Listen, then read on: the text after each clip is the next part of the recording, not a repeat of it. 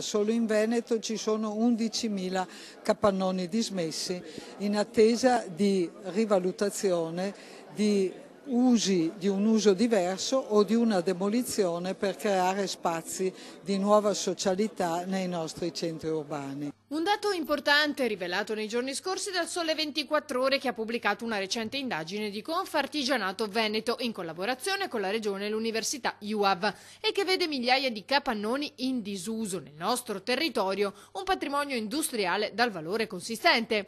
Tema di cui si è discusso anche durante la quarta tappa di avvicinamento al Congresso Nazionale degli Architetti alla Marittima. La necessità è quella di concentrare la nostra attenzione sulla creazione di posti di lavoro a tutti i livelli e soprattutto delle nuove generazioni. E noi abbiamo una caratteristica di piccoli capannoni, piccoli e medi capannoni. Abbiamo degli esempi di insediamenti di società internazionali che cercano anche grandi spazi.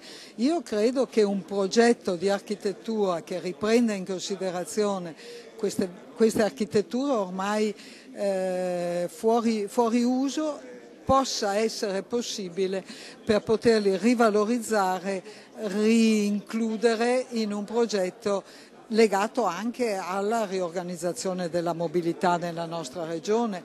Ci vuole una visione complessiva del nostro modo di abitare, della qualità, della necessità di innalzare la qualità della vita nei nostri territori.